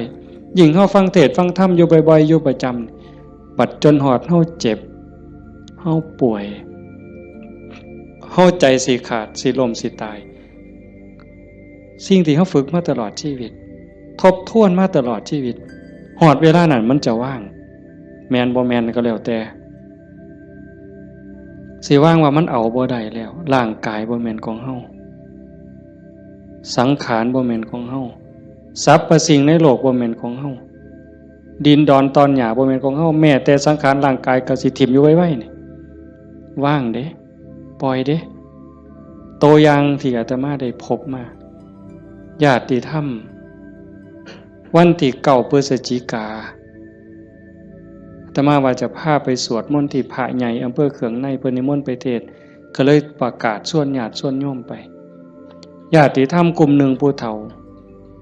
หน่อยที่สุดก็60แต่ส่วนใหญ่70ขึ้นไปเกิดอุบัติเหตุโยมอาจจะได้ยินข่าวอยู่ว่าจักรถสิเลี้ยวเข้าพระใหญ่เขื่อนเพื่อเขื่องในเลี้ยวเข้าไป2ขั้นหน้าไปติดหลุมสิลงจากทางลาดยางมันมีหลุมก็คอยหยอดขั้นหน้าคอยหยอดขั้นหลังก็จอดนิ่งๆรถวัดป่าใหญ่เมืองอุบลแล่นมาต่ำเข้าเต็มลำหลังหัวเก๋งนั่นคนอยู่ทั้งหลังนี่7อยู่ทั้งหน้า2คนทั้งหน้า2บ่เป็นหยังแต่อยู่ทั้งหลัง7คนนี่ฟ้องลงรถตาย3บาดเจ็บหนัก4เป็นจังไดพวกผู้เฒ่าทั้งหมดนี่ว่าชีวิตเฮาอันนี้เพิ่นเว้าก่อนเป็นได้เว้ามาเรื่อยๆดอกบ่แม่นเว้ามื้อนั้นเว้าเรื่อยๆเว้าตลอดถ้าเฮาได้เข้าวัดเข้าว่าได้ปฏิบัติเป็นนักรบตายในสนามรบตายยามใดก็บ่ย้านยิ่งไปเฮ็ดบุญตายแห่งแต่ดีบางสิเลยเด้ตายก็ตายไปแต่ว่าซุ่มยั่งนี่กระดูกโค้งหักแขนหักกระดูกสันหลังเคลื่อนกระดูกต้นข้อเคลื่อนขาหลุดโบกแม่นหมด2คนหนึ่งนี่หมอเขาว่าเป็นอัมพาตตลอดชีวิตซอยเหลือเจ้าของบ่ได้อาตมาก็ออกมาบ่ได้เทศน์จำสนอกได้ยินข่าวอาตมาไปนั่งลงปุ๊บก็เสียงหวอรถดังเลยพอได้ยินข่าวว่าเป็นญาติที่ทำก็แต่ตามเขามาโรงพยาบาลเขืองในพอแต่ไปหอดแม่ใหญ่นึงเขาก็ไปเขามาอุบลก็หลายแล้วแต่แม่ใหญ่นึงนอนอยู่ก็เจ็บแขนหักหน้านี่ลอกหมดเลือดแดงพอแต่เห็นโอ้ยอาจารย์แขวหักเพิ่นว่าแขวเสียไปซ้ำเพิ่นว่าโอ้ยสร้างมันเถาใหญ่บ่ได้ซื้อเพราะบาทดอกแขวเพิ่นว่าเราก็ยังดีใจอยู่เด้หลานหน่อยไปนำหลานอาตมาไปนำ2คนจับมือยายแน่มันหนาวมันสิไปทั้งเพิ่นแล้วนะมันหนาวจับมือยายแน่ให้ยายอุ่นแน่ให้ยายอุ่นแน่เด็กน้อยก็จับผู้คนก็บ่ฮู้เรื่องสลบไปบัดพ่อใหญ่นึงบัดกระดูกหักเขาก็คิดว่าแอวหักถ้ามาก็คิดยากหมอเขาก็มาจับนี่เขาก็เพื่อทดสอบว่าเป็นหยัง มาสุดท้ายเขาก็ว่าแอวหักกระดูกหักธรรมาก็โอ้ยตารู้ตนผู้เฒ่าเราก็ถามหาเมียเนาะครูนั่นโยมบ้านฟังเพลอาจจะเห็นพ่อใหญ่ผู้ดำๆมันเพิ่นสิเป็นครูแต่ธรรมาเอิ้นแต่เทวดาตาบ่เห็นห่วงดอกผู้เฒ่าขี่รถมาเกือบ20กิโลรถซาเล้งเพิ่นมานั่นเพิ่นก็ถามหาเมียเพิ่นอาตมาก็บ่ได้ปากดอกแต่หมอไปนำนั่นเพิ่นเว้าก่อนยายเพิ่นก็ถามหาตาอยู่จริงๆเขาไปอุบลตายก่อนหมู่ยายนั่นหมองหมอนเป็นตะเงิดหลายบัดนะอาตมาเยี่ยมอยู่โรงพยาบาลสรรพสิทธิ์ไปเยี่ยมเฒ่าผู้ชายหันก่อนโอ้ยอาจารย์บ่แม่นของเฮาจักอย่างเพิ่นว่าเด้บ่แม่นของเฮาจักอย่างบอกบ่ให้เจ็บมันก็เจ็บมันอยากเป็นหยังมันก็เป็นบ่แม่นของเฮาจังแม่นน้อเพิ่นว่าหลงว่าของเจ้าของมาตั้งโดนอันนี้ก็ตัวนึงหลังจากนั้นมาเยี่ยมแม่ใหญ่ผู้กระดูกข้อเคลื่อนกระดูกสันหลังเคลื่อนอันนี้หมอก็ว่าเป็นอัมพาตตลอดชีวิตบัดนี้ถ้ามาฮอดแล้วเว้าแม่ใหญ่นี่แล้วเว้าอีหลีน่ะเว้าแผ่วๆๆๆเสียงดังเว้าแต่กรรมฐานแล้วเว้าหยังดอกโอ้ยบ่ย้านจักหน่อยอาจารย์เพิ่นว่าลูกศิษย์อาจารย์ใหญ่วัดโน่นกุลมบ่ย้านเพิ่นว่านั่งสมาธิ6 ชั่วโมง9 ชั่วโมงสำบายตายก็ดีมันสิได้เศร้าเจ็บเศร้ามีแห้งเพิ่นว่าแต่ว่าเราหลับไปยามใดวึบไปยามใดเราว่าขาวอักลากนี่มองเราอุ่นคือมันสิใจขาดหลับไปยามใดปุ๊บสิคนใส่ชุดขาวเต็มอยู่ตลอดนี่คือนิมิตดีเด้คันตายในขณะนี้นี่สวรรค์เขาเอาเราไปแทบแต่ว่าเราปฏิบัติตลอดที่จริงเขาให้เราอยู่ห้องผู้เดียวเป็นห้องอันตรายแล้วพอนะโอ้ยดีแห้งอาจารย์เขาให้อยู่ผู้เดียวบ่มีผู้ใดมากวนปฏิบัติภาวนาเมิดขึ้นเพิ่นว่าอันบ่ฮู้ทิพย์เด้นั่นเจ้าของนั่นอันตรายที่สุดเพิ่นว่าเพิ่นสำบายไม่มีผู้ใดมากวนเพิ่นนั่นบัดเอาไปเอามาภาวนาตลอดอยู่โรงพยาบาลตลอดย่างได้ซุมื้อหมอว่าสิเป็นอัมพาตตลอดทั้ง2เท่านี่ตลอดชีวิตเลยซอยเหลือตัวเองบ่ได้แท้เดี๋ยวนี้ย่างได้ทั้ง2คนเห็นบ่มองอัศจรรย์หลายพอใหญ่เข็มนี่แม่ใหญ่ต้องค้ำเมียตายพ่อใหญ่ต้องเข็มพ่อใหญ่เข็มนี่คือทรมานตอนนี้ก็ย่างแล้วโยมแม่ใหญ่สวัสดิ์น้องสาวนั่นตายแล้วอีกผู้นึงถ้ามาเจอบ่ได้ตายบ่เอาเรื่องกับรถถือว่าเป็นกรรมเป็นเวรเป็นสิ่งที่เกี่ยวเนื่องกันมาใครแม่นเฮาสิว่าแนวใดมองอาตมาเงิดอ่อนซ่อนใจคนน่ะขอบ3ครอบครัวนี่ผู้นึงเจ็บสาหัสผู้นึงตายนี่บ่เอาเรื่องกับรถบ่เอาเรื่องกับครูกรณีถือว่าเป็นเรื่องของบาปของบุญเป็นเรื่องของวัฏสงสารให้แล้วต่อกันเขาก็บ่อยากมาซ่อนเขาก็บ่อยากพาเฮาไปตายนี่มองว่าคุณภาพของธรรมะมองเข้าใจธรรมะมันเฮ็ดใจได้ขนาดนั้นคักบ่มื้อนี้แม่ใหญ่นึงผู้เตรียมเนี่ยเผาไปวาง 2-3 มื้ออายุ89 ปี7 เดือนผู้หญิงเด้เลี้ยงลูกเมียใหม่ผัวเพิ่นไปมีเมียใหม่เพิ่นบ่เครียดเมียใหม่ออกลูกเพิ่นเอามาเลี้ยงพร้อมเอาไม่ออกเฮ็ดได้บ่ นี่คือน้ำใจคนนะแม่ใหญ่นี่เราปฏิบัติธรรมอยู่นำครูบาอาจารย์มาตลอดลูกเราดีหมดทุกคนเป็นหมอ2เป็นครูผู้หนึ่งเป็นเจ้าหน้าก็มีอยู่2คนแต่ว่าหม่องอัศจรรย์คือเราปฏิบัติตลอดโยมไม่ออกสวดปาติโมกข์ได้ที่พระเพิ่นลงปาติโมกข์นี่แม่ใหญ่น่ะเราสวดได้อาตมาสวดบ่ได้หม่องเป็นตะงึดหลายแต่ว่าเราตกศาลาเทื่อนึงย่างจงกรมมันมืดตกศาลาสมัยก่อนนั่นขาหักว่าซั่น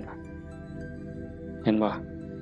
บัดมื้ออาตมาสิไปเยี่ยมอาตมาไปเทศน์ฟังทั้งครูขันก็เลยว่าสิกายไปทางนั้นลูกชายเพิ่น ว่าบ้านอยู่ทั้งนั้นก็เลยพาไปเยี่ยมลูกชายก็บอกว่าอาจารย์สิมาเยี่ยม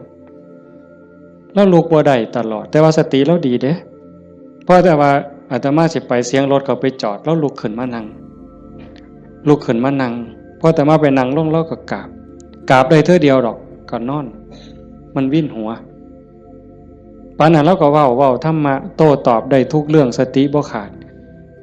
ลูกหลานจักว่าเท่าใดมาเต็มเฮือนแล้วจำได้ฮอดซุมบ่นุ่งผ้าว่ามันชื่อหยังนิสัยมันดื้อบ่ดื้อแล้วฮู้ผู้นี่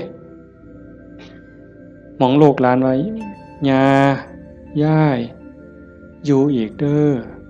โอ้ยมันทุกข์มันยากบ่อยู่ดอกอยู่น้ำหลานอีกแน่อยู่โดนแล้วผู้นี่มัดมือสิใจขาดหลานผู้เรียนอยู่จุฬากำลังขึ้นรถลูกชายว่าย่าถ่าหลานเนี่ยเด้อหลานกำลังขึ้นรถโอ้ยถ่าบ่ถ่ามันก็บ่แม่นแม่วะแล้วว่าเป็นเรื่องของเพิ่นว่าเห็นบ่เป็นเรื่องของเพิ่นบ่แม่นเรื่องของย่าหมองคักหลายว่าแล้วตายนั่นแล้วนอนแต่แข้งข้างขวาเลียนแบบพระพุทธเจ้าเลยสติจำได้มือสิตายแล้วกินข้าว3เทื่อได้กินข้าวปกติเว้าได้ปกติเพียงแต่ว่านอนไปแล้วก็มาหลับเอาตอนมาดับไปตอนตี 4คนตายลูกนี่เป็นหมอ2แล้วก็หลานเป็นหมออีกผู้นึงมันบ่เข้าในทฤษฎีอะโยมพวกนี้อยู่นำคนตายมาตลอดลูกหลานสาวอยู่ห้องชันสูตรพลิกศพพร้อม